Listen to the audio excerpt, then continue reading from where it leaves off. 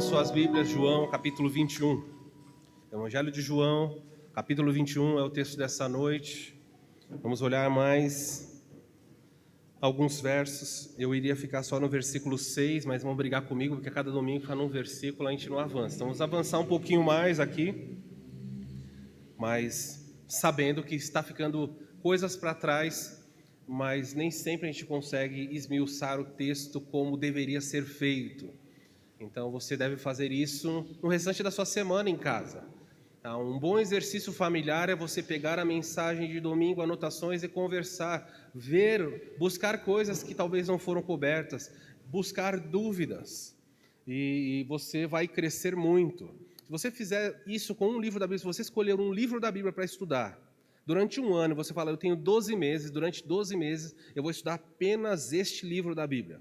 Eu tenho certeza que quando você terminar o ano, você vai ter um conhecimento muito bom desse livro. No seminário, certa vez o professor nos deu um bloco de versículos e falou para nós isso em 1998, então faz bastante tempo. Ele me deu um texto e falou, olha, por favor, alunos, façam 100 observações, vejam 100 coisas que vocês conseguem descobrir sobre esse texto. E nós começamos a fazer. E finalmente consegui 100, fiquei super contente. 100, achei 100 coisas no texto. Algumas certamente devem estar erradas, né? A gente imagina coisas, mas eu achava que estava ali. E eu levei, os alunos levaram e recolheu o material. Tarefa da próxima semana, no final da aula, ele falou, pegue o mesmo texto e eu quero mais 100 coisas diferentes. A gente falou, não, como assim? Ele falou, mais 100 coisas diferentes no mesmo texto. Aí a brincadeira começou a ficar um pouco mais séria. Porque aí você começa, agora começou o exercício, aí você tinha que refletir no texto e falar, quem está falando? Quem está ouvindo? Onde eles estão? Por que esse texto foi dito em Mateus e não em Lucas? Então você começa a cavucar mais. Então quando nós chegamos no final da semana, suada, alguns conseguiram achar mais 100. Os irmãos são curiosos para saber se eu consegui, né? Alguns conseguiram, vai ficar assim no mistério mesmo. E final daquela aula ele falou, para a próxima semana mais 100 coisas no mesmo texto. Ele falou, não, impossível. Ele falou, claro que é possível. Vocês só olharem em português, agora tem o texto grego. Divirtam-se com o texto em grego. Então veja, se é possível achar 300 verdades, lições ou observações num texto, você também pode fazer isso. Eu não estou falando para você fazer 300. Estou falando para você pegar a Bíblia e estudar com um pouquinho mais de atenção. Palavras, artigos. Quando Jesus disse assim, eu sou o caminho, ele usou um artigo definido. Ele não disse, eu sou um dos caminhos. Ele não diz, talvez eu seja, ele fala, eu sou o. E se ele é o, não tem outro. Então, um artigo é importante. Palavras, Jesus disse que quando veio cumprir a lei, ele falou, nenhum pedaço da lei da escritura vai deixar de se cumprir. E ele falou, nem um iota na nossa língua aparece como i, ele fala nem o i e nem um tio. Isso em português. Mas o i na língua que é escrito, tanto o hebraico quanto o grego, o iota, é uma letra bem pequenininha, a menor letra. Pensa num bumerangue pequenininho, em cima de uma letra. Sabe o acento circunflexo? Aquilo lá é o iota, só que ele é colocado em pezinho do lado de uma letra. Jesus falou, até mesmo as menores letras vão se cumprir. E quando aparece na nossa versão em português, o tio vai se cumprir, o tio para nós é aquele acento, não é? Mas veja, na língua hebraica, na língua grega, na língua hebraica, por exemplo, quando foi dito por Jesus, era essa língua que estava sendo usada, o aramaico, a palavra chama-se queraia. Queraia é um pedacinho da letra. Pensem na letra T. Só pensem. Pensem na letra T. Essa parte de cima da letra, esse pedacinho do lado aqui, da letra T, sabe, você tem pensa na parte do meio dividindo. O pedacinho que sobrou da letra aqui do lado, aquilo é um queraia. Jesus falou que um pedaço de uma letra vai se cumprir. Aí você pode pensar, mas um pedaço da letra faz diferença? Faz diferença, sim. Se eu falar para vocês, vamos à minha casa. Por que, pastor? Eu falo, porque hoje vai ter bolo. Pessoal, pastor, que bom. Agora vai na perninha, barriguinha da letra B embaixo e apaga aquela parte, todo mundo está comigo? Aquela parte da barriguinha debaixo da letra B. E agora eu falo, vamos à minha casa, porque lá vai ter? O que ficou agora? Os irmãos não estão comigo, tá vendo? Tá todo mundo pensando, meu Deus, o que é isso? Se você tirar a parte de baixo da letra B, vira rolo. É um pedacinho só de letra.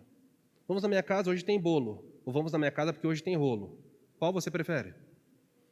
Jesus falou, nenhum pedaço. Então faça isso em casa. A Bíblia tem vasto material para você usar.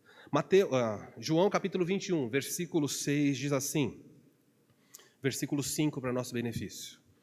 Perguntou-lhe Jesus, filhos, tendes aí alguma coisa de comer? Responderam-lhe, não. Então lhes disse Jesus, lançai a rede à direita do barco e achareis. E assim fizeram. E já não podiam puxar a rede, tão grande era a quantidade de peixes. Aquele discípulo a quem Jesus amava, disse a Pedro, é o Senhor.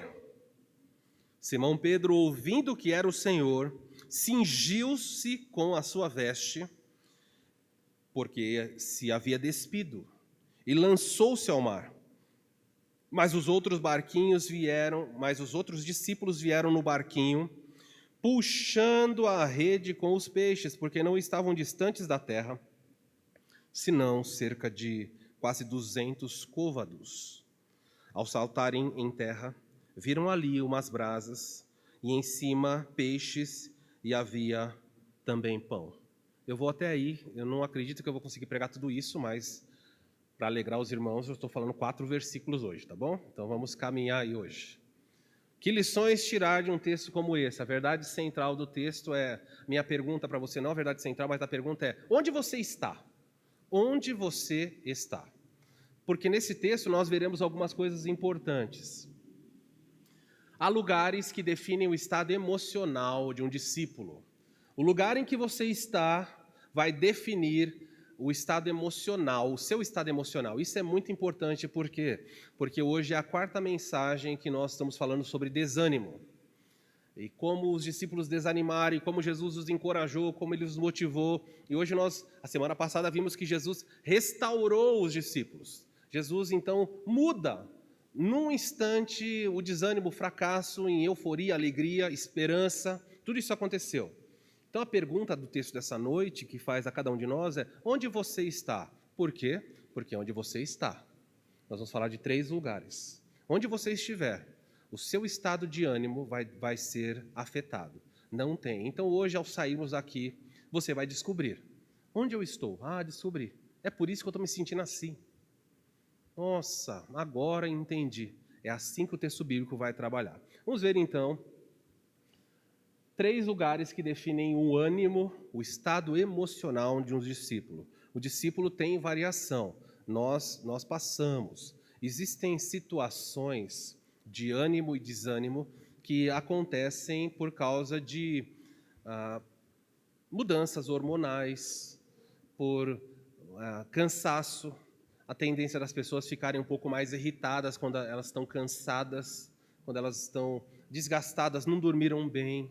Há uma série de coisas. Veja, agir errado porque não dormir bem, você não pode desculpar-se por causa disso, dizendo assim, olha, eu fui mal educado porque eu dormi pouco. Não, não é assim. Porque no outro dia, quando você é educado, a pessoa fala, nossa, como você é educado, o que você diz? Agradeço ao meu colchão, porque eu dormi bem. É assim que você faz? Não, você fala, obrigado. Então, quando você é bondoso, educado e dá certo, é você. Quando dá errado, nossa, tive uma noite de cão hoje. Não é assim? Nossa, estou com um problemão no meu trabalho. A gente sempre terceiriza, tome cuidado. As mulheres às vezes falam, eu estava agressiva por quê? Eu estava no meu ciclo. No ciclo, sei. Então, quando você está bondosa, é você. Quando você está brava, é alteração hormonal. É assim mesmo, pastor. Tome cuidado. Nós temos alterações hormonais, de vitaminas, de uma série de coisas que vão alterar o nosso humor.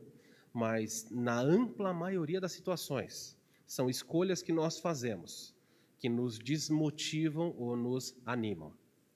E hoje nós vamos ver 3 lugares que definem. Vamos ver, então, o primeiro lugar que define o ânimo de um discípulo? Em primeiro lugar, aparece no versículo 5, e você tiver caneta, você marca só uma palavrinha.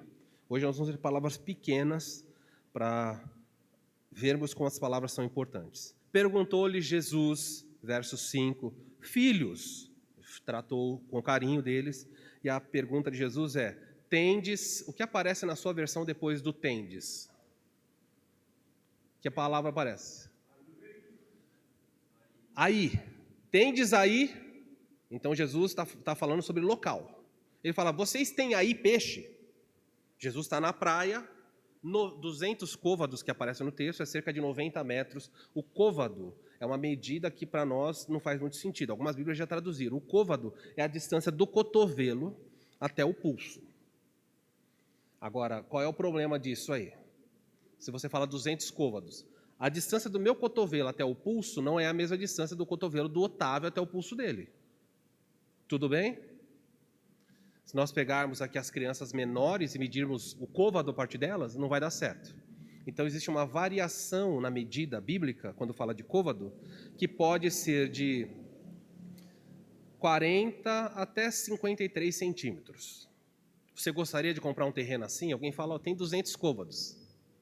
Ou tem 1000 côvados. Você vai lá e fala, não, mas quem mediu foi meu filho. Você quer isso? Você não quer, você quer uma medida precisa. Então, você tem que entender, a Bíblia na época era assim, hoje já não é, mas naquela época, como é que eles resolveram isso? Eles pegaram por base, fizeram uma média entre os côvados que existiram, e há um certo consenso que o côvado ficou aí com 45 centímetros. Então, quanto dá 200 côvados a 45 centímetros? Vou ajudar vocês. Se fosse 50 centímetros, daria quanto? 100 metros. Então, 45 côvados vai dar cerca de uns 90 metros. Essa é a distância que Jesus está. Amanhã está surgindo a vapor, a névoa ali naquela região da água, e Jesus pergunta para eles, aí, onde vocês estão, aí com vocês, aí neste lugar, vocês têm peixe?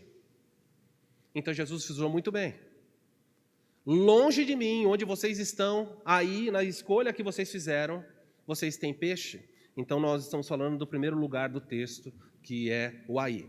Muitas pessoas escolhem o aí, e o aí eu marquei assim, o aí simboliza, para a maioria das pessoas, o lugar da desobediência. Já ouviram quando a mãe falou, o que você está fazendo aí? Nunca falaram isso? Menino, sai daí. Então quando você ouviu aí, você já sabe que alguma coisa não é. Corre daí. Sai daí. Por que você foi aí? O lugar marcado por desobediência, por vergonha, por fracasso. Claro que nem sempre é assim, mas para você entender nesse texto, é este o lugar. No caso dos discípulos, o aí era o lugar da escassez de comida. Passaram a noite toda trabalhando duro, nenhum lambari pegaram, nada. Era o lugar da sede. Estavam no barco a noite toda, sem provisão, sem comida, sem água, privados de sono, desanimados. É o lugar do fracasso. O aí simboliza tudo isso. Escute-me bem, muitas pessoas vão para o aí, como nessa imagem aqui, achando que o aí é um lugar de sucesso. Não, eu sei o que eu estou fazendo com a minha vida. Tem certeza? Tem, absoluta. Mas esse não é o caminho que Deus quer para você, não, mas eu tenho certeza que esse é o lugar. Então, quero que vocês guardem nessa noite que o primeiro lugar que altera o ânimo de um discípulo é o aí. O aí é o lugar onde qualquer discípulo está, longe, fora, distante da vontade de Deus. Muitos saem achando que vão ter sucesso, mas na prática, com o tempo, os sonhos se desfazem e tudo isso cai por terra. Pergunta que você tem que fazer para você é, nas escolhas que você tem feito, onde você está? Deus tem claramente na sua palavra orientações, às vezes não tão específicas, minuciosas em cada situação, mas aquilo que é necessário para viver e honrá-lo, Ele tem diretrizes. Se você citar em qualquer área, eu acredito aqui que você vai encontrar princípios bíblicos para viver. Talvez você esteja no aí financeiro e você está passando por um monte de problemas. E Deus fala, o que você está fazendo aí? Eu não falo, olha o caminho que você escolheu. Você foi por aí com pessoas que não deveria andar. Você entrou em negócios que não deveria ter feito. Você fez escolhas, você se endividou, você, enfim, uma série de coisas vão acontecer e Deus vai falar para você, não era para ter ido por aí.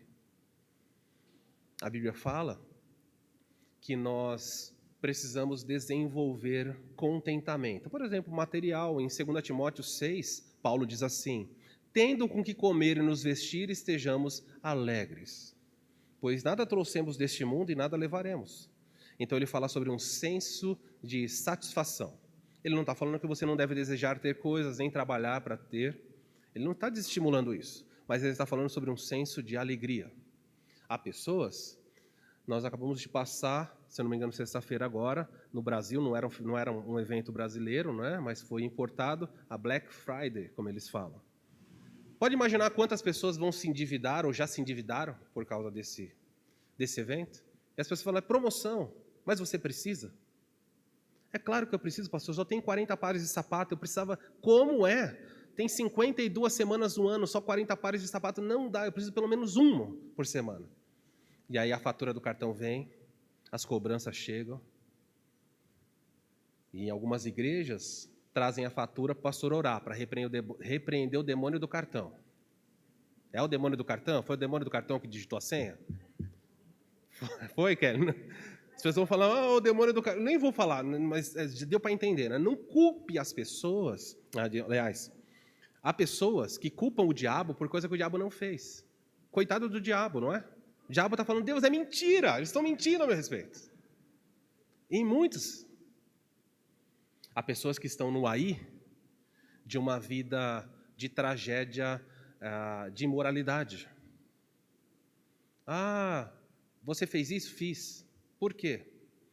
Sabe o que é? Eu me corrompi no casamento. Eu dentro da vida de solteiro, vivo uma vida promíscua. Mas sabe que não sou eu. É que fizeram um trabalho para mim, tem um encosto. E esse encosto me faz pecar. Eu vou falar que encosto que fez ele pecar. Tem nada a ver com encosto espiritual, foi outro encosto. O que está acontecendo com esse mundo? Ele está de pernas para o ar. Eles vivem no aí, longe de Deus, mas quando acontecem os problemas, eles não sabem por que está acontecendo. E o texto dessa noite é a lição que você tira para a sua vida, Jesus perguntando, e aí?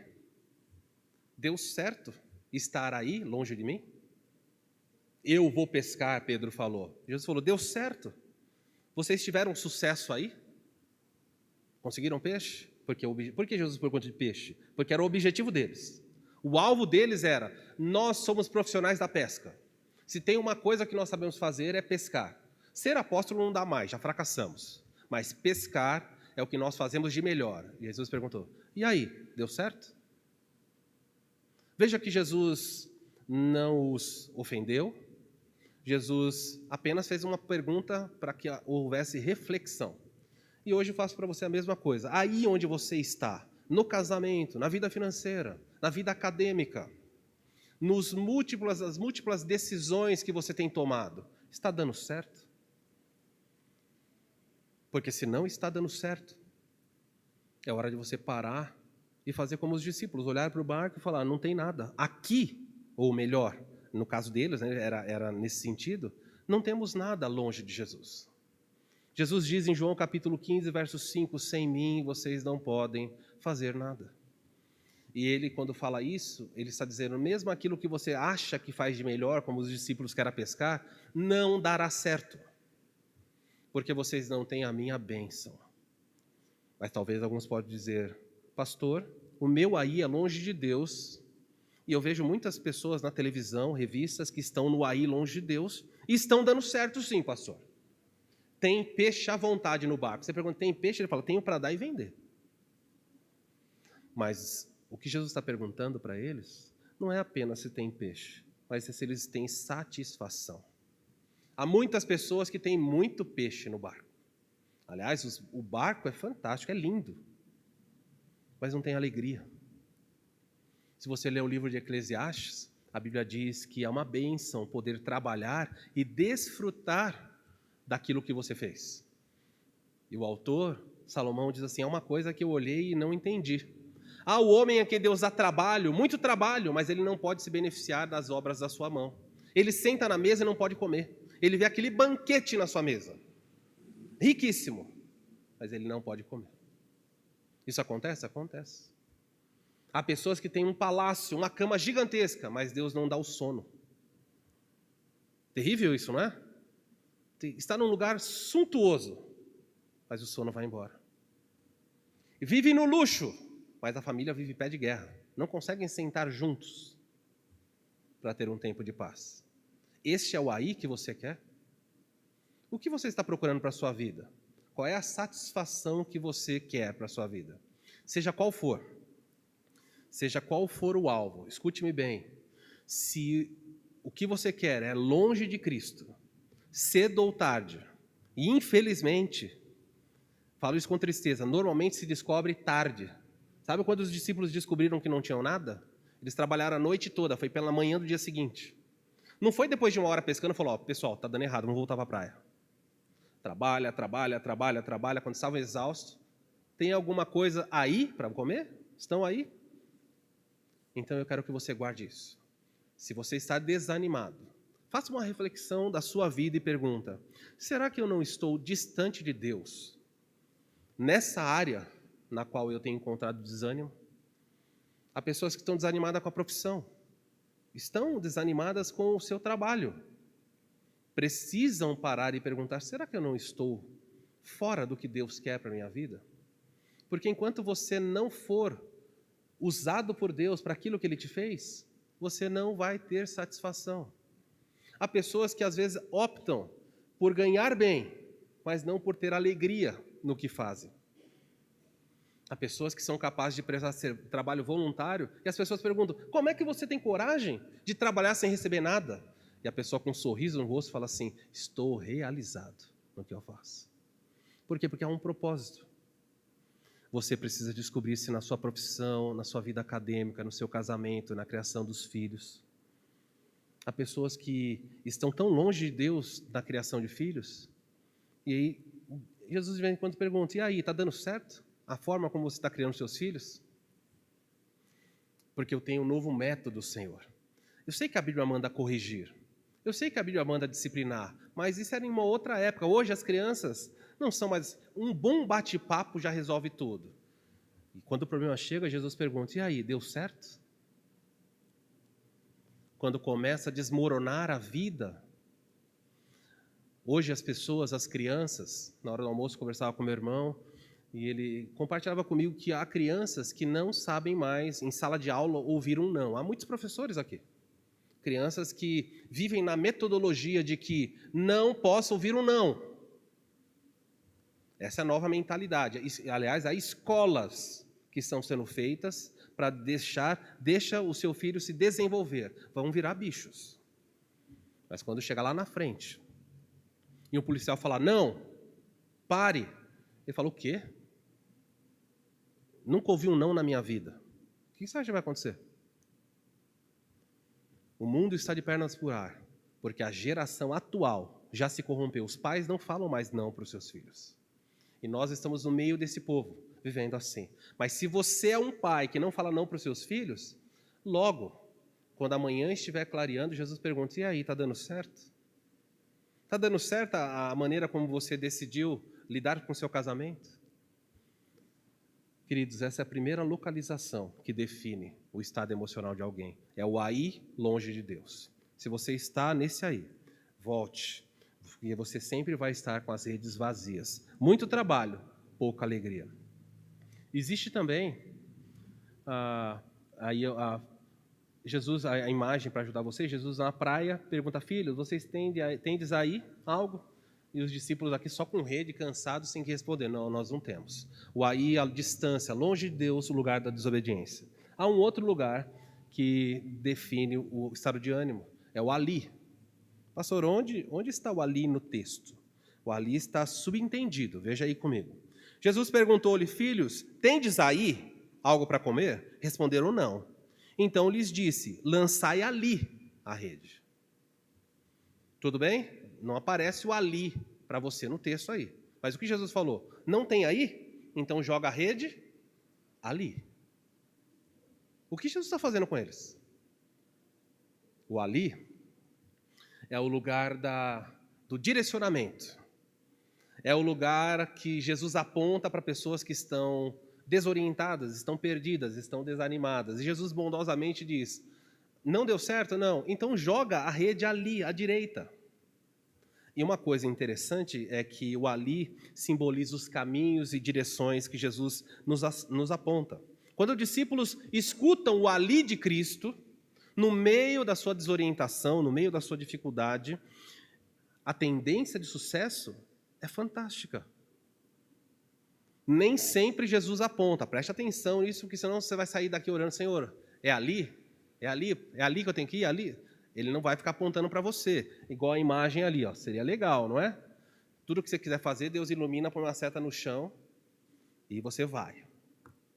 Anos atrás, o pastor Darcy Sborovitz, pastor da primeira igreja batista de Vila Mariana, foi surpreendido porque um aluno foi na sala dele do seminário e falou assim: olha, eu estava orando no meu quarto, aluno do seminário aqui de Atibaia, estava orando no meu quarto e Deus falou comigo. Eu estava pedindo direção do que eu tenho que fazer e Deus mostrou o que eu tenho que fazer. E ele, ok. E como Deus mostrou? Ele falou: mostrou nas nuvens. Aí já ficou. Os anjos a música tocou celestial na sala. Os anjos, as nuvens do céu se mexeram. Pastor, professor tem que parar, né? Ficar ouvindo, não pode rir, não pode falar nada.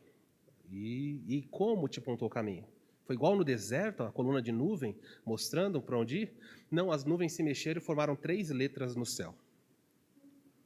3 letras? Já brincou alguma vez de olhar e falar: olha, aquele lá parece um coelho, um dragão. Né? Para ele formaram 3 letras. A letra V,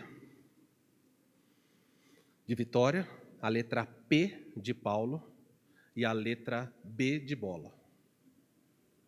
Qual é a pergunta que você faz imediatamente? 3 letras? 3. V, P, B. E ele falou: legal. E o que significa? Que eu não consegui interpretar.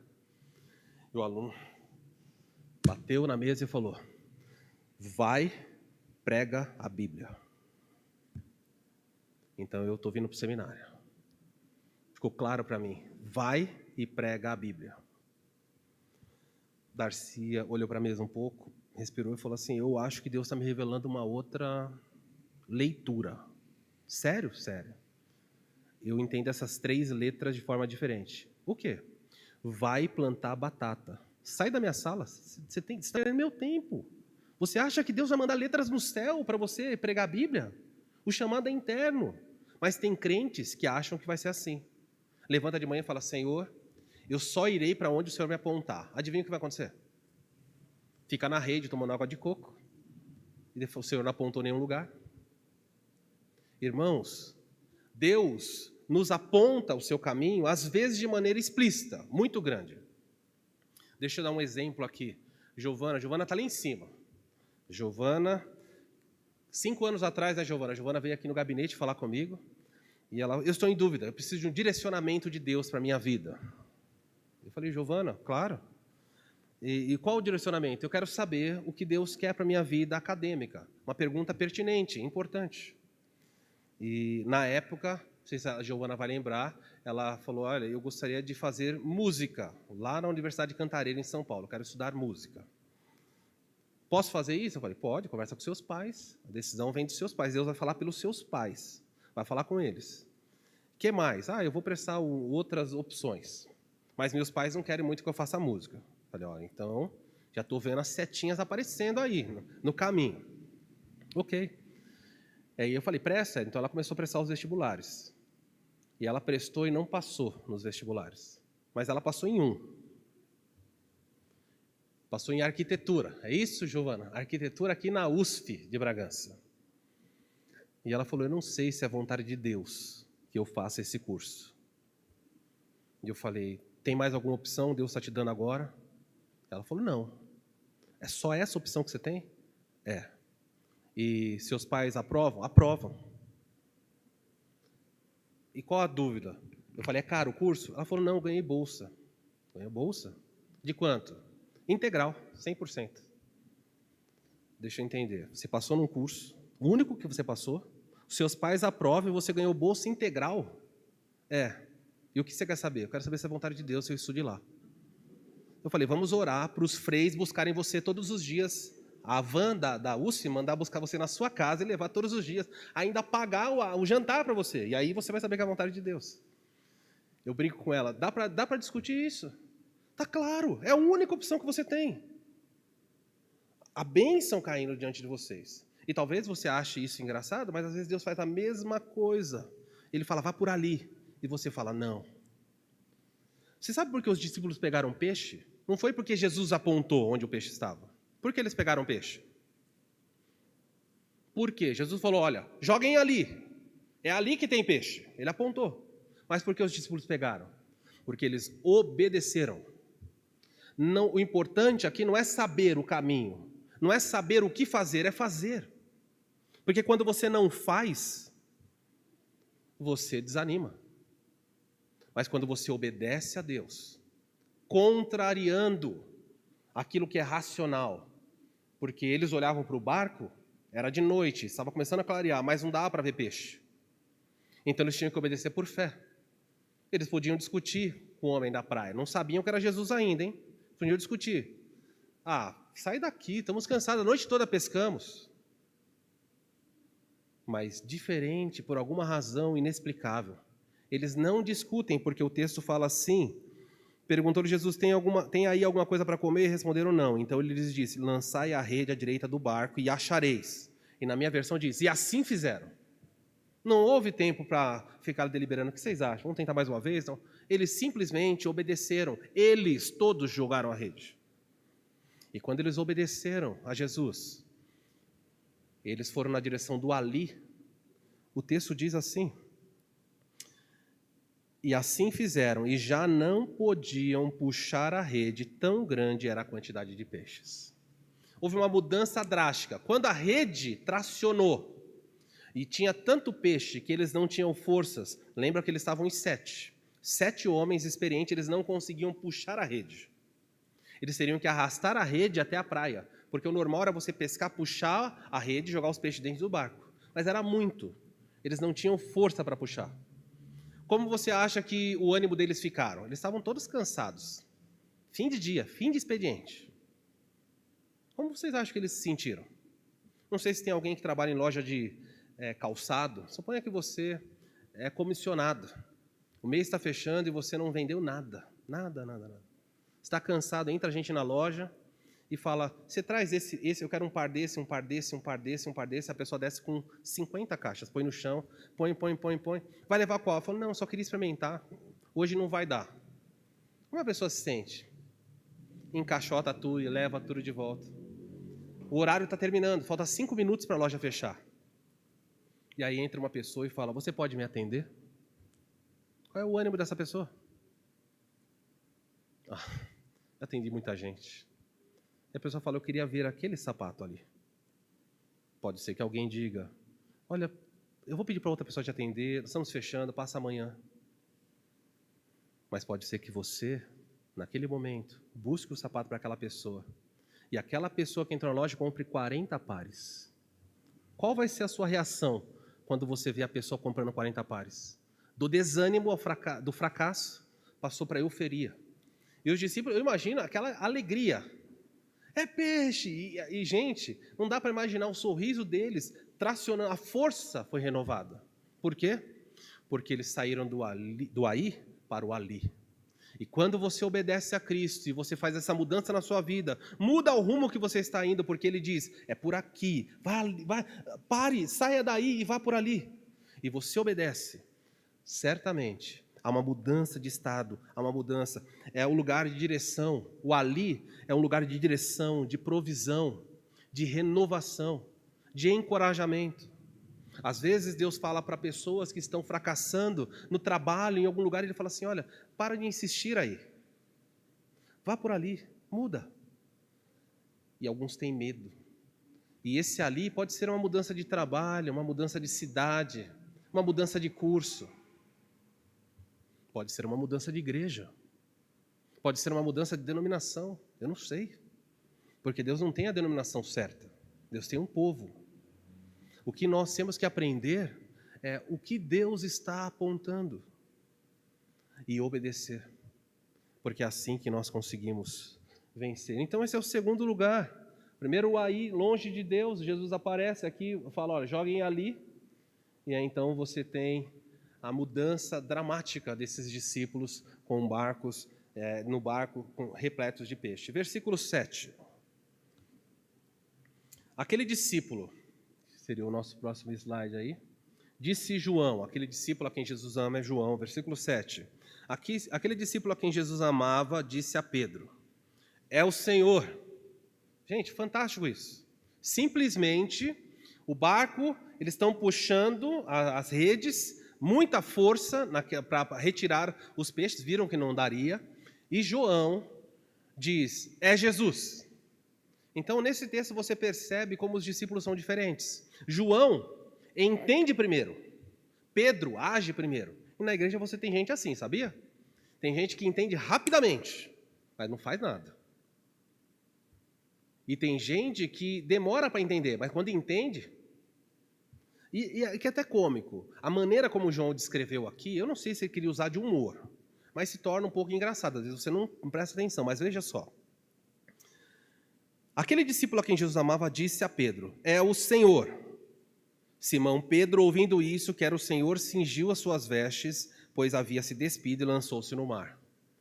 Isso aqui é totalmente ilógico o que está acontecendo. Você sabe por que ele havia se despido? Os discípulos, eles não tinham guarda-roupa, não andavam com mochila para troca de roupa. Era uma roupa a mesma o tempo inteiro. Então eles entraram para pescar, a pior tragédia que podia ser era molhar a roupa. Porque o que ia acontecer se você molhasse a roupa? Ia ter que ser no outro dia deixar secar no sol. Então o que eles fazem? Eles tiram a roupa, era só o homem que estava ali, e eles ficam com uma espécie de fralda. É isso que eles estão fazendo, eles protegem a roupa para não molhar. E eles estão pescando, deixando a roupa seca, para depois voltar para a praia e vestir a roupa. Provavelmente era uma noite quente, você já vê por aqui, porque eles estão sem a vestimenta, a túnica que eles usavam. Então Pedro está lá. João diz, é o Senhor. E João diz para quem? Para Pedro. Quando João fala, é o Senhor, faz splash do lado dele. É rápido, não dá tempo. Nem fala, tem certeza? Não. É o Senhor, barulho na água. Mas o que Pedro faz antes de pular na água? Vê se é racional. Ele tirou a roupa para não? Aí ele, é o Senhor, ele veste a roupa inteirinho e pula na água a roupa. Ele está tão eufórico, ele já não está mais. É o Senhor. Ele podia ir com a parte de baixo? Poderia. Mas ele veste inteirinho a roupa e pula na água, o que ele não queria que acontecesse. E vai nadando para a praia. E deixa quem no barco? O que aprender de versos como esse? Talvez você olhe para tudo isso e não consiga perceber. Quando nós olhamos para o versículo 7 e versículo 8, você pode perceber que Pedro, quando nós reconhecemos que Jesus não está conosco, está em outro lugar, e você finalmente identifica que ele está ali, Pedro imediatamente deixa tudo para trás. Pedro não quer saber. Ele deixou o barco, não me interessa o barco, que provavelmente era dele. Ele deixa o barco. Quem mais ele deixa? Ele deixa os seus amigos no barco. Não importa para ele se os outros vão gostar, se vai ter muito trabalho para eles. Pedro simplesmente fala assim, o Senhor está lá, não está aqui, está lá, eu quero estar com ele. Pedro deixa o barco, Pedro deixa os peixes, Pedro deixa os discípulos. E nós temos uma mudança de ânimo muito grande quando você tem essa coragem de abrir mão de coisas preciosas, seja o que for. Pedro disse, é melhor estar com Cristo do que estar com as coisas que Cristo dá. Preste atenção nisso aqui, porque tem muita gente que se perde aqui. Há pessoas que preferem estar com as coisas que Deus dá do que com o próprio Deus. Pedro falou, pode ficar com tudo. E pula na água e vai embora. Mas Pedro, Pedro era só braçada. O que ele queria? Encontrar com seu mestre. Você sabe qual foi a última vez que Pedro encontrou com Jesus? Claro, o texto aqui fala que é a terceira vez que Jesus aparece ressurreto. Mas quando Jesus estava vivo, a última vez que Pedro se deparou com Jesus foi no momento da traição. Pedro é o que tem mais culpa no coração. Pedro é o mais triste deles. E, por consequente, Pedro é o mais arrependido. Então, quando falaram ao Senhor, era o suficiente para ele. Eu sei que eu errei. Eu quero deixar tudo de lado e quero voltar para ele. Que atitude bonita de um homem que fracassou na fé. Sabe o que está acontecendo aqui? Se quiser marcar na sua Bíblia, todo esse trecho está sendo escrito para nós para reconfirmar o apostolado de Pedro. Cristo está reconfirmando Pedro na tarefa. Pedro já tinha desistido. Então Pedro é o primeiro a voltar. A atitude de Pedro, eu tinha perguntado há semanas atrás, qual qualificação daríamos aos discípulos? Agora esse Pedro aqui, que deixou tudo e pulou em direção ao Senhor, que adjetivos podemos dar a ele? Que qualificação, que rótulo você coloca em pé? Pedro é alguém, nós já falamos, impulsivo, um monte de coisa ruim. Agora Pedro viu Jesus, deixou tudo e vai em direção a ele nadando. Não quer saber do barco, dos peixes, dos discípulos. Eu quero estar com o meu Senhor. Vamos chamar Pedro do quê? Vamos colocar um adjetivo, me ajuda, para não ficar só o lado negativo na história para ele, né? Pedro é o quê? Tem nada de positivo aqui? Como? Pedro é alguém corajoso. Pedro é alguém corajoso. Falou, é isso, é aquele lá.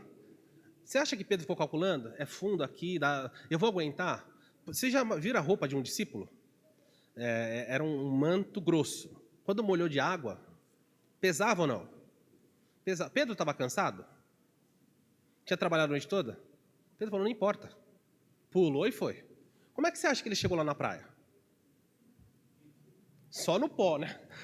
Acho que quando Jesus estava entrando nas águas para pegar ele. Ele estava acabado. Mas não importa. Porque ele era alguém corajoso a ponto de falar assim, é lá que eu preciso estar. Estou cansado de viver longe do Senhor. Quero voltar para o meu mestre. Pedro é alguém corajoso. Pedro é alguém arrependido. Pedro é alguém zeloso. Porque quando ele falou, é o Senhor, alguns acreditam que ele se vestiu por respeito. Ele falou, é o Senhor e daí? Nós somos brigados mesmo? Não. Ele sabia que Jesus o receberia de braços abertos. O Senhor Jesus sempre está pronto a receber discípulos que se afastaram, que tropeçaram, que fracassaram. Se ele aceitou Pedro, que disse coisas terríveis sobre ele está disposto a receber qualquer pessoa que esteja disposta a deixar tudo para trás, até mesmo os presentes dele. Cuidado, há pessoas que recebem presentes de Deus e esses presentes, que não são errados, justamente são tropeços na vida da pessoa. Senhor, dá-me um aumento, a pessoa ganha um aumento e para de vir na igreja, começa a viajar. Senhor, dá-me um carro, eu estou cansado de ir para a igreja de ônibus, Deus dá um carro, aí o carro, em vez de trazer para a igreja, vai para a festa, vai para não sei aonde, e a igreja nada. Tome cuidado. Você tem que aprender com isso. Eu quero dizer uma coisa para você, não é certo, é uma pergunta. Será que podemos dizer, o texto aqui está narrando sobre Pedro, o que aconteceu com os 6 discípulos? Os demais? Estava difícil puxar rede com 7? Já estava difícil. Pedro saiu nadando. Pedro está falando, se vira aí, pessoal. E não sei, não é certo dizer isso, né? Mas é como se alguém falasse bem feito para os discípulos. Bem feito por quê? Porque esses discípulos mereceriam bem feito para vocês. Não, aí aumentou nosso trabalho. Bem feito. Por quê? Quem mandou seguir Pedro na desobediência? Mas Pedro é um líder. Bem feito. Quem mandou você seguir o líder na desobediência? Há pessoas que têm trabalho dobrado, que se machucam, que se ferem. E aí, quando a situação aperta, olha para o lado, uma pessoa que veio e fala, onde você está? Eu estou indo embora. E o abacaxi, o problema fica com você. Era uma bênção? Era, mas o trabalho ficou para eles. Pedro deixou tudo. E esse texto está mostrando para os discípulos, vocês vão ter trabalho. Vão trabalhar bastante. Por quê? Não era para vocês estarem aí. Seguimos a Pedro. Seguiu Pedro? Agora. Olha o que Pedro está fazendo. E agora, e vocês? Ficamos sozinhos no barco puxando. Isso mesmo. Aprenda aí, há trabalho, há muito trabalho. E muitas vezes, quando você segue pessoas em decisões erradas, não se espante. Essa pessoa pode dar as costas e te deixar a qualquer momento. Pedro fez isso por razões certas. Mas há pessoas que te deixam na mão por razões erradas. E você fica reclamando lá. Mas a gente não estava junto? Estava até agora não está mais. E o que eu vou fazer com isso? Se vira. Se vira aí. E o pessoal se arrebentou. Posso imaginar, alguns ficaram bravos com Pedro. Pedro foi para a praia. Mas vamos continuar para nós entendermos aí como termina essa história. Versículo 8. Mas os outros discípulos, aí agora vem a diferença. Pedro na praia e aí João escreve. Mas os outros discípulos vieram no barquinho, puxando a rede, porque não estavam distantes, senão os 90 metros ou 200 côvados. Muito bem, e aí nós chegamos ao terceiro lugar. Nós temos o primeiro lugar, qual é? Alguém está com dor? Vamos falar. Qual é o primeiro lugar? O aí. E o segundo? O aí é o da desobediência. O ali é do direcionamento. Mas o lugar mais importante nesse texto. Aí Pedro, como eu mostrei a figura aqui, o pessoal ficou lá, Pedro se veste, pula na água e se virem os demais discípulos. O pessoal ficou olhando para ele, ô Pedro, onde você vai? Se vira aí, trabalha vocês, eu vou lá para a praia. Muito bem, nós chegamos ao terceiro lugar. O terceiro lugar é o aqui. Onde é o aqui? Olha como o versículo 9 nos surpreende. Lembram qual foi? Eu quero que vocês guardem a pergunta de Jesus no versículo 5. Filhos, vocês têm aí algo para comer? Não, não temos. Ok. Ao saltarem em terra, viram o quê? O que tinha lá quando eles chegaram? Tinha brasa. Tinha brasa, é verdade. Tinha lá, Jesus tinha feito um punhado de pedra ali, colocou, tinha um braseiro para esquentar eles. O que mais tinha lá? E em cima das brasas tinha um peixe. Mas que homem é esse? Vocês têm peixe aí? Aí quando chegou, os peixinhos tudo de peixe, Jesus fazendo lá. Deixando tudo, os filés de tilápia lá, só. Agora você imagina o pessoal chegando com a rede para dar peixe para Jesus, chega lá e fala, o que mais tinha? Havia peixe, fogo e pão. Os discípulos foram pescar para buscar peixe. Jesus falou, é peixe que vocês querem? Eu já tinha aqui, ó. Onde vocês estão com a cabeça? O que vocês querem? Pão? Está ali, ó. Está ali também. O que mais vocês querem? Ah, estamos com frio. Ó, o calor está aqui. O que vocês precisam é ficar aqui. Não é estar lá. É aqui, é comigo. A provisão, vocês pescaram lá, não pescaram? Vocês acham que eu preciso do que vocês pescaram? Vocês acham que é isso? Eu vim aqui e eu preciso de vocês? Jesus mais adiante vai falar. Tragam o peixe que vocês pescaram. Claro, não vai desperdiçar. Mas é uma lição para eles. Eles chegaram, já tinha pão e peixe e fogo. O que eles queriam, Jesus falou, já está aqui. Por que vocês estão sendo bestas de voltarem a fazer o que eu não mandei? Comida. Vocês lembram de uma passagem que Jesus diz? Mateus capítulo 6, um texto muito mal explicado. Volta as suas páginas para Mateus 6. Mateus capítulo 6, olha o que o texto diz. Versículo 31. Se os discípulos atentassem para as coisas que Jesus falou, veja, aqui é um direcionamento, ali, eles foram na direção errada. Se tivessem feito isso, teria dado certo. 6:31. Muito bem. Portanto, Mateus 6:31. Portanto, não vos inquieteis dizendo, que comeremos, ou que beberemos, ou que vestiremos, porque os gentios é que procuram essas coisas, pois o vosso Pai Celestial sabe que vocês necessitam de todas elas. Buscai, pois, em primeiro lugar o reino de Deus. Não é a pescaria, não é a comida ou a vestimenta. Busquem o meu reino e a minha justiça. Como é que está na sua versão agora? Na versão, tem alguém que tem a versão todas as coisas serão acrescentadas ou todas estas coisas? Tem que ter estas. Se não tiver estas, a sua versão está errada. Mas é comum as pessoas perguntarem, ensinarem assim.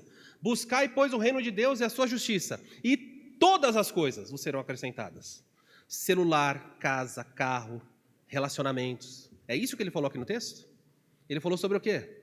Não andem ansiosos sobre o que vocês vão comer, beber ou vestir, porque estas coisas, que coisas? Comida, bebida e vestimenta serão dadas para vocês. Isso é um eco que acontece aqui, eles chegam lá, vocês estão preocupados com comida? Está aqui. Trabalharam a noite toda, tão cansados? Foi grande burrice de vocês, eu já estava aqui. Se tivesse ficado aqui, vocês estavam quentinho, ia ter pão, ia ter peixe, ia ter tudo para vocês. Por quê? Porque eu provisiono para vocês. Não vocês provisionam para mim. Mas quando nós vamos por caminhos errados, nós perdemos a grande bênção de estar com Cristo. E sabe por que nós muitas vezes não ficamos com Cristo? Porque nós não temos paciência. Paciência de esperar Ele agir. Deus, na perspectiva humana, muitas vezes demora. E o fato de Ele aparentemente demorar, da nossa perspectiva, nos irrita. Vocês acham que a pandemia passou rápido? O que vocês acham? Você olha e fala, nossa, Deus está o quê? Demorando.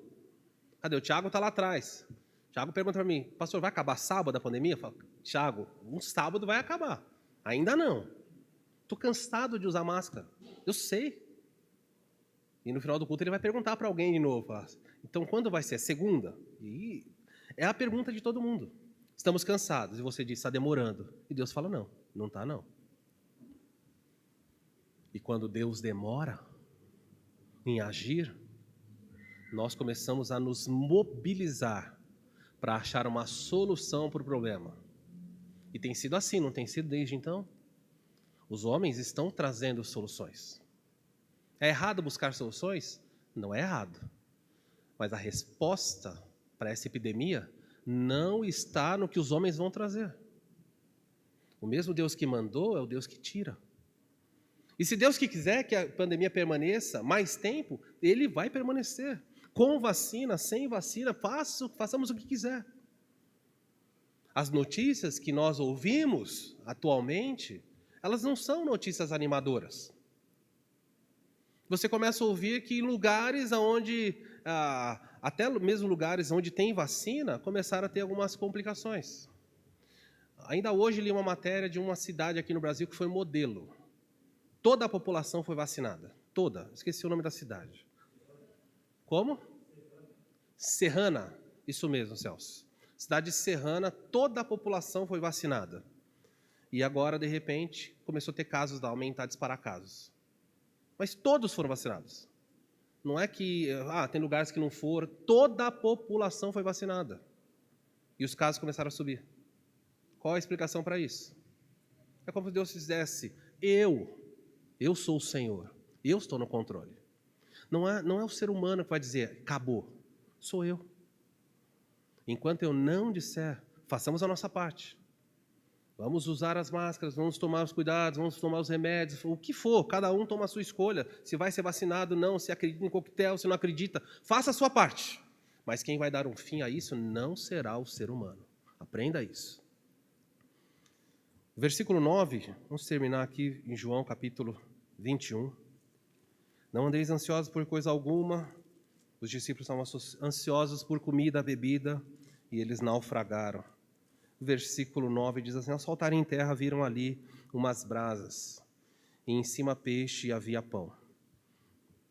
O aqui de Jesus é esse lugar onde ele fala para os discípulos, estando comigo, vocês não precisam se preocupar com essas coisas, eu vou prover, o Pai Celestial sabe que você precisa. Deus sabe, a cada um de vocês está sentado aqui, sabia? Deus sabe que você precisa de dinheiro para viver.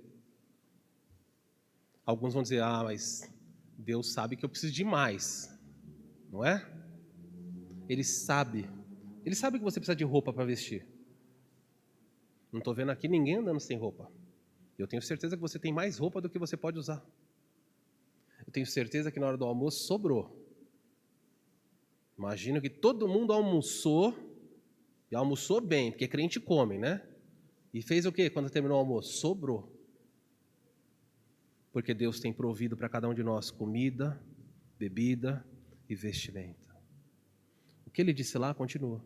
Então, se você der as costas à fé e for correr atrás do sonho de ficar rico, para você ter mais comida, mais bebida, mais acomodações, Jesus vai olhar para você e falar, por que você quer essas coisas?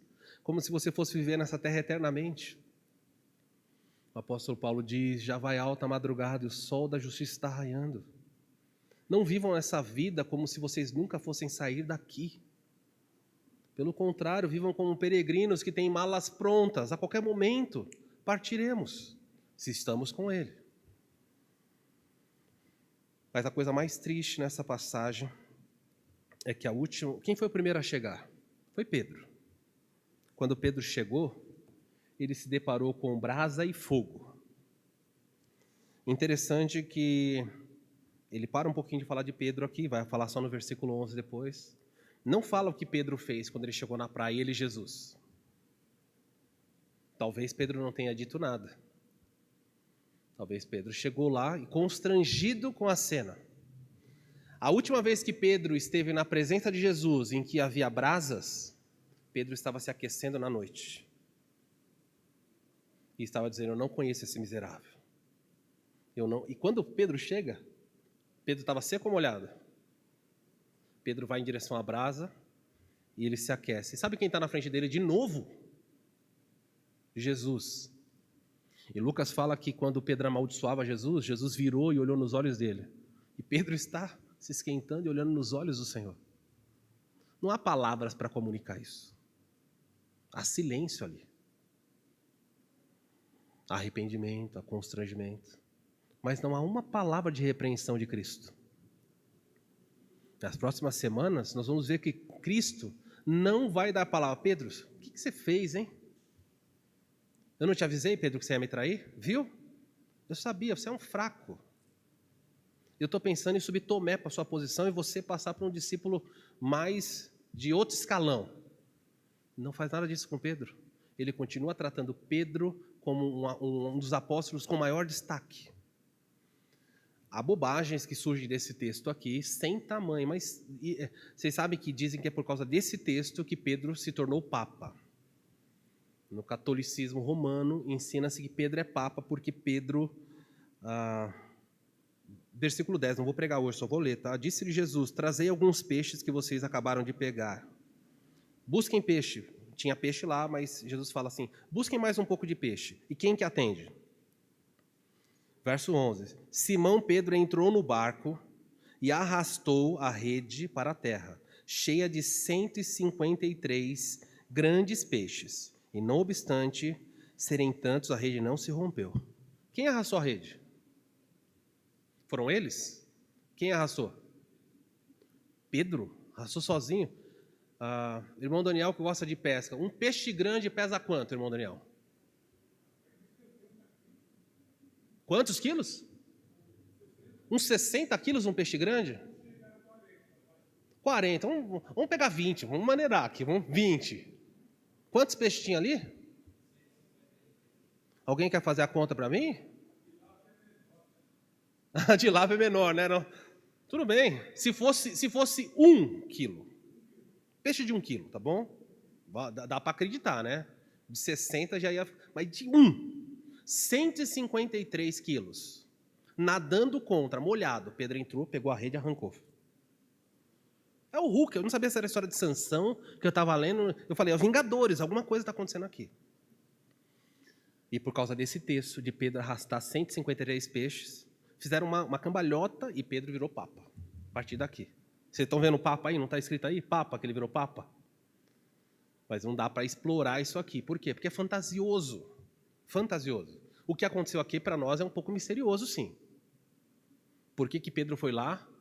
Às vezes o pessoal estava cansado, falou, a gente não vai te ajudar não, Pedro, agora você pega sozinho, a gente trouxe até aqui, agora você arrasta. Pedro pegou, tirou e pôs e trouxe a rede lá. É bastante peixe.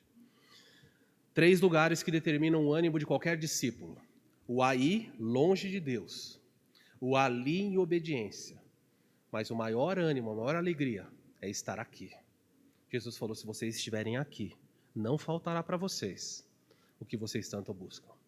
Então, nessa noite, o que você tem que responder para si mesmo é, onde eu estou? Qual é o melhor lugar do mundo para eu estar? É na minha mansão? É viajando o mundo afora? Qual é o melhor lugar do mundo? E a Bíblia sempre vai dizer para você, o melhor lugar do mundo é aos pés do Salvador. É ali. Se você permanecer nesse lugar, Ele vai te dar direção, provisão, ensino. Ele vai te exortar quando necessário. Por isso, nunca saia do lugar que você deveria estar. A aplicação desse texto, as aplicações vão aí, são simples. Não importa onde você esteja, nem com quem você esteja. Faltou um M ali, nem com quem esteja. Se aí onde você está é longe de Jesus e sua vontade, você irá fracassar. Não importa com quem você esteja, quanto tempo, você vai fracassar. Arrependa-se, reconheça que errou e haverá esperança de um recomeço. Essa é a mensagem aqui. Senhor, eu tenho andado distante muito tempo. Andei por caminhos. Arrependa-se, levante e volte. É assim que você muda de ânimo. Segundo lugar, se reconhecermos os nossos fracassos, como eles reconheceram, e humildemente dermos ouvidos às ordens de Jesus, receberemos direção para recomeçar. Que direção é essa? É o ali. Não deu certo aí? Vai para ali. Jesus aponta, ele tem prazer. Mas para ele apontar o caminho, é preciso reconhecer que aí onde você está, não deu certo. Enquanto você insistir, ele vai deixar você aí. 3. Nem sempre você receberá instruções claras e objetivas do que fazer, mas a Bíblia sempre lhe dará princípios para agir acertadamente. Entenderam isso? Nem sempre um anjo vai aparecer para você e falar, olha, filha, por aqui, vamos lá. As nuvens não vão formar letras, nem setas. Mas a Bíblia vai apontar para você seu caminho. Vai te dar parâmetros para que você ande dentro e na direção correta. Em último lugar, não tenha medo de deixar tudo. Não é o último lugar, tem mais um ainda, tá? Não tenha medo de deixar tudo para voltar ao lugar onde Jesus está. Foi o que Pedro fez. Deixe os barcos, deixa os amigos, deixa tudo. Não importa se é bom ou não. Vá em direção a Jesus, Ele está te esperando lá. Faça isso mesmo que signifique deixar de estar com pessoas que admira. Às vezes você tem que dar as costas a pessoas que você ama. E falar, não, Jesus está lá, não está aqui. É lá, eu vou para lá que eu vou. Ah, mas eu amo tanto essa pessoa, é meu avô, meu pai, meu tio. Não importa. É lá, é com Cristo. Em quinto e último lugar, estar com Jesus é bem melhor que desfrutar das coisas que Ele dá. Não sei se você concorda com isso, mas a Bíblia afirma isso. Estar com Ele é melhor do que ter coisas que Ele dá. Não troque estar com Ele por nada nessa vida. Isa, quero convidar a Isa. A Isa vai cantar uma música que fala bastante a respeito do que nós falamos aqui. Eu gostaria que você pensasse a respeito do que essa música vai falar, e aí depois, ao final, depois que ela cantar, nós vamos orar. E você tem que responder onde você está. Aí, ali ou aqui. Que Deus te abençoe, porque o melhor lugar do mundo é aos pés do Salvador. É ali, aos pés dele, que há esperança em meio à dor. Vamos, em atitude de oração, preste atenção nessa canção e veja onde você está.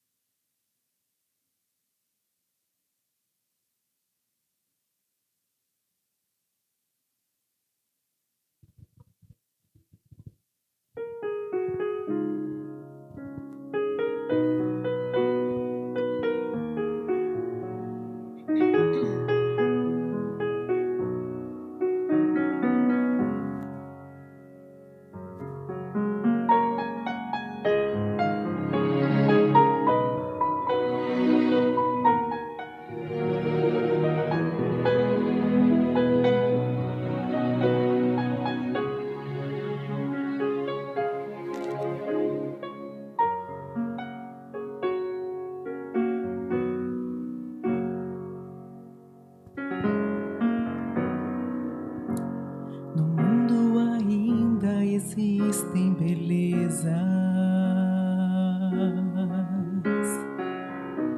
que alegram a vida e nos fazem sonhar.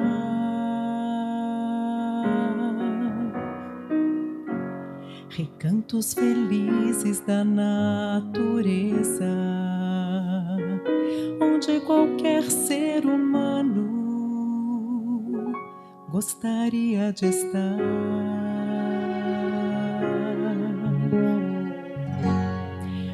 mais de todos os lugares,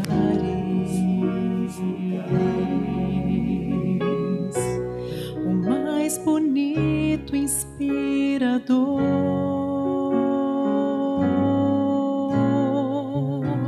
é onde fico em oração, junto aos pés do Salvador. O melhor lugar do mundo é aos pés do Salvador. É ali onde a esperança traz alívio ao sofredor. É ali onde eu me encontro com a fonte do amor. O melhor lugar do mundo é aos pés do Salvador.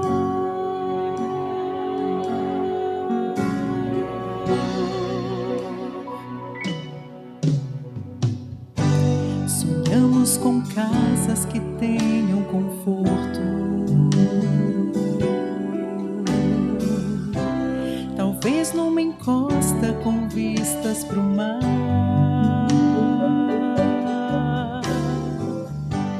Mas as maravilhas não fazem sentido se Cristo não está em primeiro lugar.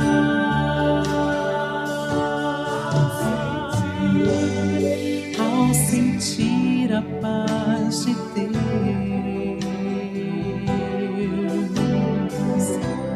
seu poder e amor profundo,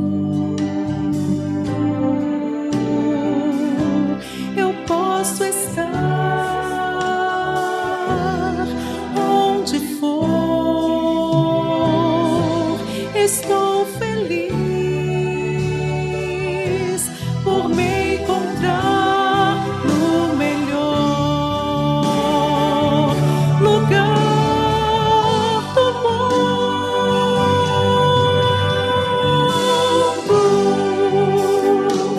O melhor lugar do mundo é aos pés do Salvador. É ali onde a esperança traz alívio ao sofredor.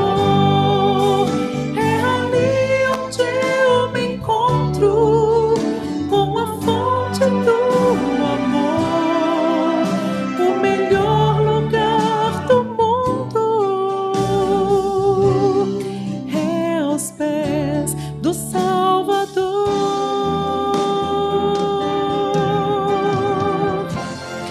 O melhor lugar do mundo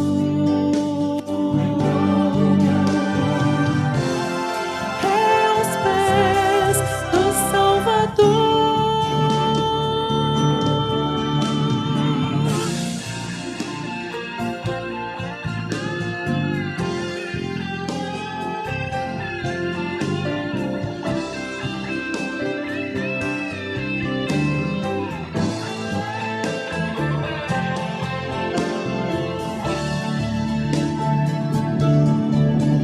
É ali onde eu me encontro com a fonte do amor. O melhor lugar do mundo é aos pés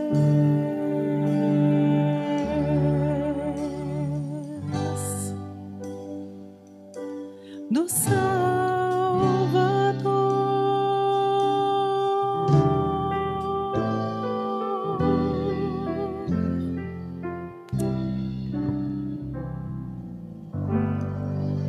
Vamos orar. Pai, nessa noite nós ouvimos a sua palavra e nós queremos que nos ajude. Queremos estar aos pés do Salvador, não importa quão distante qualquer um de nós possa ter ido. Não importa, Senhor, se aonde estamos longe do Senhor, há fartura ou não, o que nós queremos é voltar. Ensina-nos através da vida dos seus discípulos que somos limitados e que o fracasso é possível, mas sempre, sempre a esperança de um recomeço. E o recomeço está em deixar tudo de lado, tudo para trás. Mesmo as bênçãos que recebemos, se isso for um empecilho para nós estarmos com o Senhor. Volta, Senhor, chama-nos, continua a nos tratar como filhos, que nós nessa noite possamos aprender essa verdade. Se há alguém nessa noite aqui ou nos assistindo à distância que não sabe onde está, certamente não está aos pés do Salvador. Que nessa noite haja clamor, haja arrependimento, e quando isso acontecer, a sua voz será ouvida e essas pessoas poderão retornar ao Senhor. Obrigado pela sua palavra, nos leva para uma semana protegidos neste tempo tão difícil em que essa praga mortal tem andado pelas ruas. Protege, Senhor, o teu povo, dá-nos a esperança no Senhor, que a nossa esperança seja firmada em Ti, hoje e para todo sempre. Nós assim oramos em nome de Jesus. Amém. Queridos, Deus abençoe você, um excelente final de noite, uma semana. Nós vamos ter o nosso pós-lúdio agora. Peço que você tome os cuidados necessários. O mês de dezembro está chegando, um mês repleto de festividades. Não deixe que as festividades façam que você baixe guarda. Deus há de proteger e nos conduzir. Ore por você na saída ao som do pós-lúdio, estamos encerrados. Vocês que nos visitam, obrigado. Voltem sempre, estamos à disposição dos irmãos.